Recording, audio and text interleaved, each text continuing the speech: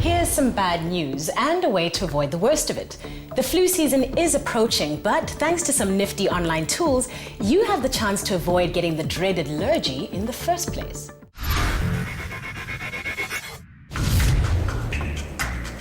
There is nothing more annoying than being sick. The constant coughing, the sore throat, and the sniffing. It's really not a pretty sight. And with flu season coming up pretty soon, most of us are willing to try anything to stay healthy. Well, there are ways to protect your immune system through the internet. And no, I'm not talking about just Googling remedies. There are actual websites and apps that can protect you from getting infected, making this flu season a little less miserable. One of the ways you can avoid getting sick, especially when traveling, is to visit Google Flu Trends. Google Flu Trends is one of the most reliable methods of determining the intensity and geographic extensiveness of a flu outbreak.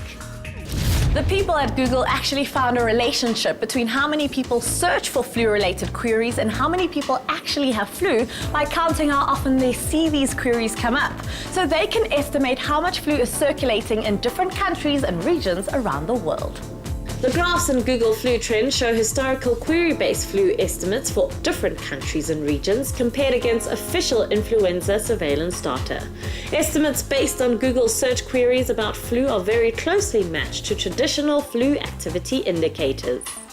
So you can basically get an account of how many people are searching for flu-like symptoms and where in the world they live, thus alerting yourselves to get those vitamins and fight any germ attacks.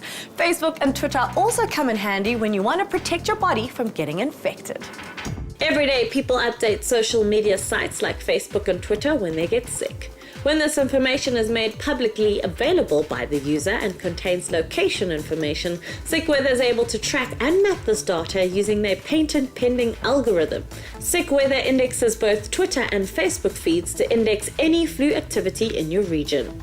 SickWeather also has the ability to filter through particular kinds of illnesses, be it flu or just a stomach bug. When you are on the site, all you have to do is search your location, and orange polygons indicate areas where people have been feeling sick. You can go even as far as to zoom into the street that the alleged person who is infected lives.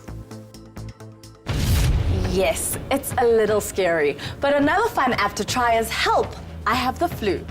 Help, I Have the Flu is a Facebook app that scans your Facebook friends' activities, searching for keywords relating to illnesses.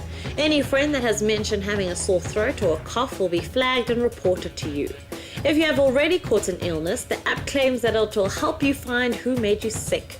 But if your friends don't ever have sickness-related illnesses, well then the app will lag, searching through all your friends' activities. So the common cold doesn't have to be so common anymore with all these apps and websites that track illness activity. But even with all this technology, still keep taking your vitamins and get that very dreaded flu shot. Ugh.